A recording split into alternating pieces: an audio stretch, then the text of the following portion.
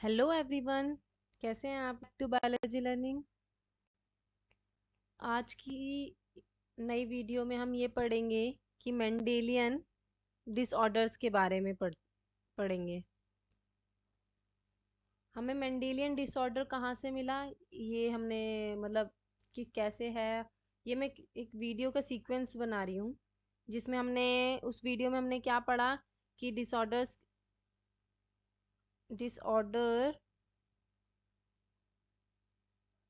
Disorders क्या क्या होते हैं, कौन से तरीके के होते हैं।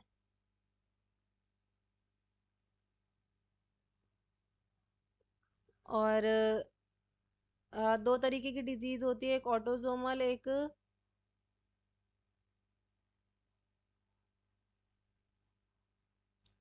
डिसऑर्डर। कौन दो तरीके के होते हैं? एक ऑटोजोमल और एक होगा सेक्स लिंक्ड, जो सेक्स से लिंक होगा। अच्छा, ये कहानी कहाँ से आई? हमें मालूम है कि क्रोमोसोम्स जो हैं वो 23 क्रोमोसोम्स जो हैं वो 23 पेयर्स के हैं, 23 है। ठीक है, उसमें से 22 जो हैं वो ऑटोजोमल कहलाते हैं, और जो 23 पेयर होता है वो सेक्स डिटर्मिनेशन बोले या सेक्स लिंक्ड बोले वो होता है। तो वहां से ये कहानी आई है कि डिसऑर्डर्स भी जब ये दो तरीके के हैं तो इसमें से जो भी डिजीज होगी वो इन दोनों में से ही होगी, उसी को लेके यहाँ पर डिफरेंशिएट किया गया है। एक पहला ऑटोजोमल और सेक्स लिंक्ड। अब ये होती है कहानी कैसी कि एक तो या तो ये ऑटोजोमल डोमिनेंट, अब ये चीज ये डोमिनेंट हो सकता है या रेसेसिव हो सकता है। वैसे ही सेक्स लिंक भी डोमिनेंट हो सकता है या रेसेसिव हो सकता है। अब हम इस वीडियो में इस वीडियो में हम ये पढ़ेंगे कि कौन सी डिजीज कैसी है, वो रेसेसिव है, वो ऑटोजोमल रेसेसिव है या ऑटोजोमल डोमिनेंट है, या सेक्स लिंक डोमिनेंट है, सेक्स लिंक रेसेसिव है। तो ये जितने भी कहानी ऐसे दी, ये इसने मेंडल्स के लॉ पे है, इसलिए मेंडेलियन डिसऑर्डर्स कहलाता है। तो चलिए आज की इस वीडियो को शुरू करते हैं। जो भी मेरे चैनल पे नए हैं वो मेरे चैनल पे सब्सक्राइब कर दें, और आप मुझे इंस्टाग्राम और टेलीग्राम पे भी फाइंड कर सकते हैं, उसकी लिंक मैं डिस्क्रिप्शन बॉक्स में डाल दूंगी। तो चलिए स्टार्ट करें। और पहला डिसऑर्डर है हमारे पास हीमोफीलिया। पहला डिसऑर्डर है हमारे पास हीमोफीलिया। ये क्या है? एक सेक्स लिंक्ड रेसेसिव डिजीज है। मैंने अभी बताया दो तरीके की डिजीज हो सकती है, उसमें से ये हीमोफीलिया एक डिसऑर्डर है जो कि क्या है, सेक्स लिंक्ड रेसेसिव है। वो भी सेक्स लिंक है और रेसेसिव है। इसमें क्या है, ये पेशेंट जिसको भी हीमोफीलिया होगा वो कंटिन्यूअस ब्लीडिंग करता रहेगा। अगर एक छोटा सा भी कट लग जाएगा, अगर तुम्हें जरा सा भी ब्लीडिंग कट लग गया और खून निकलने लगा, तो वो ब्लीडिंग जो है वो बंद ही नहीं होगी। ऐसे पेशेंट जो हीमोफिलिक पेशेंट्स होते हैं वो कंटिन्यूअस ब्लीड करते रहते हैं। इसमें क्या होता है, एक अब ये किस वजह से होता है, क्यों हम ये किस वजह से होता है, तो ये है कि ब्लड जरा सा भी, अगर हम ही नॉर्मल पीपल को अगर कट लगता है, मान लो यहाँ कट लगा है, और तो यहाँ पर कुछ टाइम बाद अ, खून रुक जाएगा, कोगुलेट हो जाएगा, इकट्ठा हो जाएगा, बाहर नहीं फिर बंद हो जाएगा। तो वो एक प्रोटीन्स की वजह से होता है, जो कि यहाँ पर प्रोटीन्स आके इसको ऐसे बांध देते हैं, बाइंड कर देते हैं, जिसकी वजह से ब्लड जो है वो एक्सिस ब्लड जो है वो बाहर नहीं निकलता। लेकिन हीमोफिलिक पेशेंट्स में क्या होता है, वो वाला ब्लड कोगुलेशन प्रोटीन जो होता है वो डिफेक्टिव हो जाता है, जिसकी वजह से वो ब्लड क्लॉट नहीं कर पाता, और वो ब्लड क्लॉटिंग ही अफेक्ट करती है, और वो कंटिन्यूस ब्लीड करता रहता है। नेक्स्ट चीज ये कि ये जो है, अगर सेक्स लिंक रेसेसिव है तो ये फीमेल्स में ज्यादा होती है, पॉसिबिलिटी फीमेल्स में ज्यादा है एज कंपेयर टू मेल्स, क्योंकि ये जो है एक्स क्रोमोसोम से प्रेजेंट होता है, और मेल में जो है वो एक ही एक्स है, और फीमेल में कितने एक्स होते हैं? 2 एक्स होते हैं। इसलिए फीमेल्स जो है वो कम चांसेस है एज कंपेयर टू मेल से। अब ऐसा कि एक क्वीन विक्टोरिया जी हैं, उनकी फैमिली में क्वीन विक्टोरिया जो है वो कैरियर पाई गई थी हीमोफिलिक के। अगर हम नेक्स्ट देखें इसमें पिक्चर के फॉर्म में, तो इसमें क्या है, ये कैरियर में मदर है और ये अनअफेक्टेड फादर है। अब इसमें से कैरियर मदर है तो हाफ जो रेड शो कर रखा है कैरियर दिखा रखा है, तो इससे जितने भी वो होंगे, एक तो जो गर्ल डॉटर होगी वो कैरियर होगी, और जो सन होगा वो पूरा का पूरा अफेक्टेड होगा, और जो डॉटर होगी वो एक अनअफेक्टेड होगी, और सन जो है वो भी अनअफेक्टेड होगा, ऐसे केस में जिसमें कैरियर मदर हो और फादर जो है वो अनअफेक्टेड। लेकिन अगर वही चीज को हम रेसिप्रोकल कर दें, तो मदर अनअफेक्टेड, फादर में क्योंकि एक्स एक्स है, एक्स वाई होता है फादर में, तो एक ही एक में भी हो गया तो ये फादर अफेक्टेड है, इसलिए यहाँ पर पूरा अफेक्टेड दिखा गया। कैरियर फादर्स जो हैं वो अगर एक्स लिंक्ड हैं तो वो कैरियर नहीं हो सकते, इसलिए अफेक्टेड फादर है। अब यहाँ पर देखा जाए तो इससे इन दोनों पेरेंट्स से जो भी प्रोजेनी होगी उसमें से कैरियर डॉटर होगी, अनअफेक्टेड सन होगा, एक जो है वो कैरियर डॉटर होगी और अनअफेक्टेड सन। तो ये कहानी है। अब होपफुली समझ में आई होगी कि ये एक्स लिंक्ड रेसेसिव है तो क्या कर सकता है और क्या नहीं कर सकता, और क्यों मदर कैरियर क्यों है, फादर कैरियर क्यों नहीं हो सकता, अगर मदर कैरियर है तो क्या होगा, अगर मदर अनअफेक्टेड है तो क्या होगा। नेक्स्ट डिजीज की तरफ प्रोसीड करें हम, तो नेक्स्ट डिजीज है हमारे पास कलर ब्लाइंडनेस। कलर ब्लाइंडनेस, इसमें क्या है, ये भी एक सेक्स लिंक्ड रेसेसिव डिजीज है। ये क्या है, एक सेक्स लिंक्ड रेसेसिव डिसऑर्डर है। इसमें क्या होता है, ऐसे पेशेंट जो कलर ब्लाइंडनेस वाले होते हैं, ऐसे पेशेंट जो है वो रेड और ग्रीन कलर में डिफ्रेंशिएट नहीं कर पाते। ये भी एक्स क्रोमोसोम में प्रेजेंट होगा। तो फीमेल्स जो होंगी वो कैरियर होंगी, फीमेल जो होंगी वो कैरियर हो सकती हैं, मेल्स जो होंगे वो अफेक्टेड हो जाएंगे। इसलिए यहाँ पर लिखा है मोस्टली ये ज्यादातर मेल्स में होगा, क्योंकि उनके पास एक ही एक्स है और फीमेल्स के पास दो एक्स हैं। जब तक ये दोनों अगर रेसिसिव है, जब तक ये दोनों में नहीं आ जाते तब तक ये अफेक्टेड नहीं हो गया। अगर एक में ही आ रहा है तो ये अनअफेक्ट कैरियर रहेगी, अगर एक में भी नहीं आ रहा तो ये अनअफेक्टेड है। इसमें देखे क्या है, नॉर्मल विजन में क्या होगा, जो भी नॉर्मल हमारी नॉर्मल आई साइट में हमें ग्रीन और रेड हम डिफ्रेंशिएट कर सकते हैं, लेकिन जो भी कलर ब्लाइंडनेस वाले होंगे पेशेंट, वो क्या करेंगे, वो ना ग्रीन में डिफ्रेंशिएट कर पाएंगे ना ही रेड में, उनको ऐसा ही कलर दिखेगा जैसे इस पिक्चर में दिखा है। नेक्स्ट डिजीज के ऊपर प्रोसीड करें तो नेक्स्ट है हमारे पास सिक्कल सेल एनीमिया।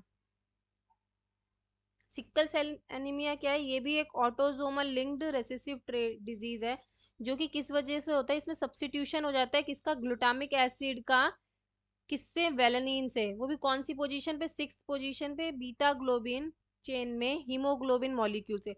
अब हमारे अंदर ब्लड जो है वो ब्लड में क्या है, हीमोग्लोबिन होता है, ठीक है, उसकी भी कोई चेन है, बीटा बीटा ग्लोबिन चेन, उसके सिक्स्थ पोजीशन पे ग्लूटामिक एसिड की जगह वेलेनिन आ जाता है, वेलेनिन आ जाता है, जिस वजह से ये प्रॉब्लम हो जाती है। इसमें क्या, इस प्रॉब्लम में क्या है, शेप जो आरबीसीज की शेप होगी उनका शेप में चेंज आ जाएगा, वो ओवल होंगे और वो सिक्कल सेल लाइक सिक्कल के जैसे बन जाएंगे।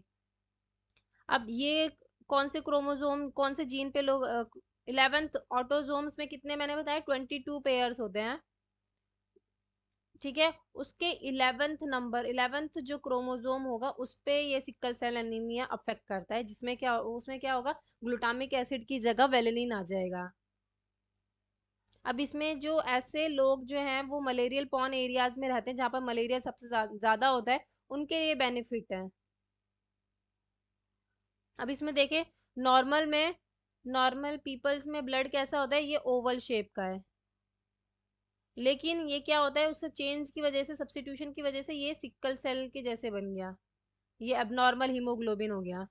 अब एक देखिए हम, ये क्या है, ये वाइल्ड टाइप मतलब नॉर्मल हीमोग्लोबिन का डीएनए है, इसमें ग्लूटामिक एसिड की जगह देखो जीएजी की जगह क्या हो गया, जीयूजी बन गया, ए की जगह क्या आ गया, यहाँ पर यू आ गया, तो ये ग्लूटामिक एसिड की जगह वेलेनिन आ गया, इस वजह से ये दिक्कत हो गई है हमें। समझ में आया, सिकल सेल में क्या ग्लूटामिक बनना था हीमोग्लोबिन के उसमें, अब ये क्या बन गया, वेलिनिन बन गया, जिसकी वजह से ये डिजीज हो रही है। नेक्स्ट डिजीज के ऊपर प्रोसीड करें तो इसमें क्या है, ये एक थैलेसीमिया है। थैलेसीमिया कैसी डिजीज है, थैलेसीमिया जो है वो एक ऑटोजोमल रेसेसिव डिजीज है। ये किस वजह से होता है, ये या तो जीन में म्यूटेशन हो जाए, हो गया तो वो क्या करेगा, जो सिंथेसिस है ग्लोबिन चेन का हीमोग्लोबिन में, उसका रिड्यूस हो जाएगा। हीमोग्लोबिन के अंदर ग्लोबिन जो चेन होता है उसका सिंथेसिस कम हो जाता है, जिसकी वजह से हमें थैलीसीमिया हो जाती है।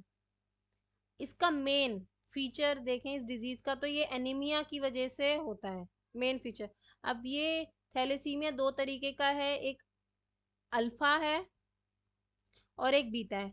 एक अल्फा है, अल्फा थैलेसीमिया, और एक बीटा, ये दो तरीके के। अब इस थैलेसीमिया कौन से क्रोमोसोम्स पे होता है, तो 16th जो क्रोमोसोम है, 16 क्रोमोसोम में एक्स अल्फा थैलेसीमिया होगा, और बीटा बीटा जो है, बीटा थैलेसीमिया जो है वो 11th क्रोमोसोम्स में होता है, जिसकी वजह से थैलेसीमिया कॉज करता है। Next normal, normal blood cell देखें तो ये ऐसे होते हैं, ठीक है, क्वांटिटी इनकी रेड ब्लड सेल्स की बहुत ज़्यादा होती है। लेकिन अगर वो थैलेसीमिक है तो इसमें क्या होगा, एक तो इनकी ये क्वांटिटी ही चेंज हो जाएगी, नंबर जो है वो कम हो जाएगा इनका, वाइट ब्लड सेल्स ज़्यादा हो जाएंगे, रेड ब्लड सेल्स कम हो जाते हैं, इस वजह से ये प्रॉब्लम हो जाती है। अब अगर हम ये देखें तो बहुत से लोग ये सोच रहे होंगे, तो फिर हमने पहले वाला जो सिकल सेल एनीमिया पढ़ा वो उसमें भी ब्लड में वो हो रहा था, जिसकी वजह से सिकल शेप आ जा रही थी। अब थैलेसीमिया में भी वही हो रहा है, हीमोग्लोबिन के उसमें डिफेक्ट आ रहा है जिसकी वजह से। तो क्या ये दोनों सेम है? सोचो, नहीं, ये दोनों सेम नहीं है। कैसे अलग है, हमें इस स्लाइड से पता चलेगा।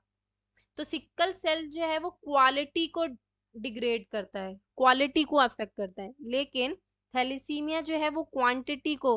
अब क्वालिटी क्या है, उसकी क्वालिटी खराब हो जाएगी, वो अच्छा नहीं रहेगा, ठीक है, क्वालिटी बेकार हो जाएगी। लेकिन थैलेसीमिया में जो है वो क्वांटिटी, उसका नंबर कम हो जाएगा, क्वांटिटी चेंज हो जाएगी, उसका नंबर चेंज हो जाएगा, जिसकी वजह से ये हो जाती है। इनके पास, थैलेसीमिया के पास तो ऑक्सीजन ही नहीं रहता कि वो आसपास रहे, प्रॉपर ऑक्सीजन नहीं रह पाता। इसमें क्या हो रहा है, सिकल सेल में क्या है, ये सिकल सिकल सेप का हो जाता है, ये सर्कुलेट नहीं कर पाता, एक ही स्मॉल ब्लड वेसल्स में स्टक हो जाता है, जम जाता है, ब्लॉकेज हो जाती है। नेक्स्ट है cystic, cystic fibrosis. Next disease है हमारे पास सिस्टिक फाइब्रोसिस। ये क्या है, एक सबसे most common lethal genetic disease है। लीथल मतलब बहुत ही डेंजरस, डेथ कॉजिंग डिजीज है, जो कि सिस्टिक फाइब्रोसिस है। इसमें क्या है, म्यूटेशन कौन से क्रोमोसोम्स में होता है, म्यूटेशन होता है 7th क्रोमोसोम में। इसमें क्या है, ग्लाइको एबनॉर्मल ग्लाइकोप्रोटीन्स, मतलब जो भी सॉल्ट मेटाबॉलिज्म है, बॉडी जो प्रोड्यूस करती है ग्लाइकोप्रोटीन्स, उसमें डिफेक्ट हो जाता है और वो एबनॉर्मली काम करता है, जिसकी वजह से ये होता है सिस्टिक फाइब्रोसिस। इसमें क्या है, जो भी म्यूकस सिक्रीट होगा वो क्या करेगा, ब्लॉकेज कॉज कर देगा। अब लंग्स में, लीवर्स में, पेनक्रियाज में ब्लॉकेज कर देगा इसका म्यूकस। अगर हम पिक्चर देख के समझे तो वो हमें ज्यादा अच्छा लगेगा। अब देखो ये क्या है, इसमें ये नॉर्मल में तो इसके पास इतना वॉल्यूम है करने के लिए, ये हेल्दी है। लेकिन अगर सिस्टिक फाइब्रोसिस है तो इसमें का जो म्यूकस है वो ऐसे करके उसका जगह कम कर देगा, और जगह कम हो जाएगा तो ये ब्लॉकेज के लिए, ब्लॉकेज कॉज करेगा। किस में, किस में करता है ये, लंग्स में, लीवर्स में, पेनक्रियाजिस में कॉज करता है। नेक्स्ट देखें हम, फिनाइल कीटोनूरिया। फिनाइल कीटोनूरिया क्या है, ये एक इनबॉर्न डिजीज है। इसमें क्या होता है, जन्म के समय ही ये तो पहली बात, तो फिनाइल कीटोनूरिया क्या है, एक ऑटोसोमल रेसेसिव ट्रेट है, जिसमें क्या ये कौन से क्रोमोसोम, 12th क्रोमोसोम्स में पाया जाता है। इसमें क्या है कि जो भी फिनाइल एलानाइन है, हाइड्रोक्सिलेज, इसमें ये नहीं बनता। ये किस लिए चाहिए, अमीनो एसिड को ब्रेक डाउन करने के लिए।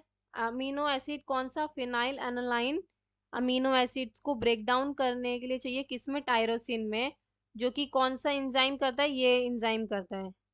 अब यही नहीं रहता तो ये ब्रेक डाउन होगा ही नहीं। अब ये ब्रेक डाउन होगा ही नहीं तो इससे कुछ ना कुछ प्रॉब्लम्स तो कॉज होंगी। तो इससे क्या प्रॉब्लम कॉज होती है, इससे मेंटल रिटार्डेशन हो जाता है, मतलब दिमागी प्रॉब्लम होने लग जाती है। क्यों? क्योंकि ये अब कन्वर्ट हो ही नहीं रहा, फिनाइल एनालाइन जो है कन्वर्ट ही नहीं हो रहा, तो ये क्या करने लग जाता है, इन एक्युमुलेट करने लग जाता है। और ये किस में कन्वर्ट हो जाता है, फिनाइन पायरुविक एसिड में, ब्रेन के अंदर, जिसकी वजह से हमें ये प्रॉब्लम, मेंटल रिटार्डेशन जैसी प्रॉब्लम होने लग जाती है। अब इसमें देखें हम, ये नॉर्मल है, इससे अमीनो एसिड है, वो किस में चेंज होगा, फिनाइल एनालाइन जो है वो किस में चेंज करना है उसको, टायरोसिन में, किस एंजाइम की मदद मदद से, फिनाइल एनालाइन हाइड्रोक्सिलेज की मदद से ये कन्वर्ट प्रोसेस चलना है। लेकिन अब ये ही खराब हो जाता है, यही रुक जाएगा, जैसे हम इस वाली पिक्चर में देखें, तो यही ब्लॉकेज होगा या यही अफेक्ट कर जाएगा, तो ये कन्वर्ट होएगा ही नहीं। तो फिर ये कन्वर्ट नहीं होगा, तो ये फिर क्या करेगा, बिल्डअप करता जाएगा, इकट्ठा होता जाएगा, और जिसकी वजह से हेल्थ प्रॉब्लम होगी। और कौन सी हेल्थ प्रॉब्लम होगी, मेंटल रिटार्डेशन जैसी प्रॉब्लम होगी।